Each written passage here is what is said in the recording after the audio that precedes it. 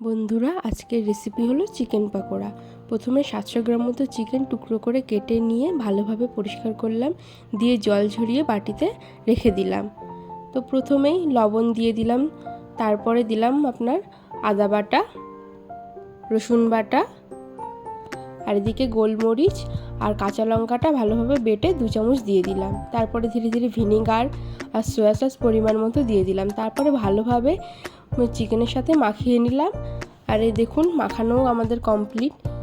Marinate করা চিকেনটি 2 থেকে 3 ঘন্টার জন্য ফ্রিজে রেখে দিলাম। এবার ফ্রাই করার আধ ঘন্টা আগে বার করে চিকেনের উপরে একটা আস্ত ডিম, 2 থেকে আড়াই চামচ মতো কর্নফ্লাওয়ার আর আপনার পরিমাণ মতো ময়দা দিয়ে দিলাম। এবার এটাকে ভালোভাবে মিশিয়ে নিলাম হাত দিয়ে।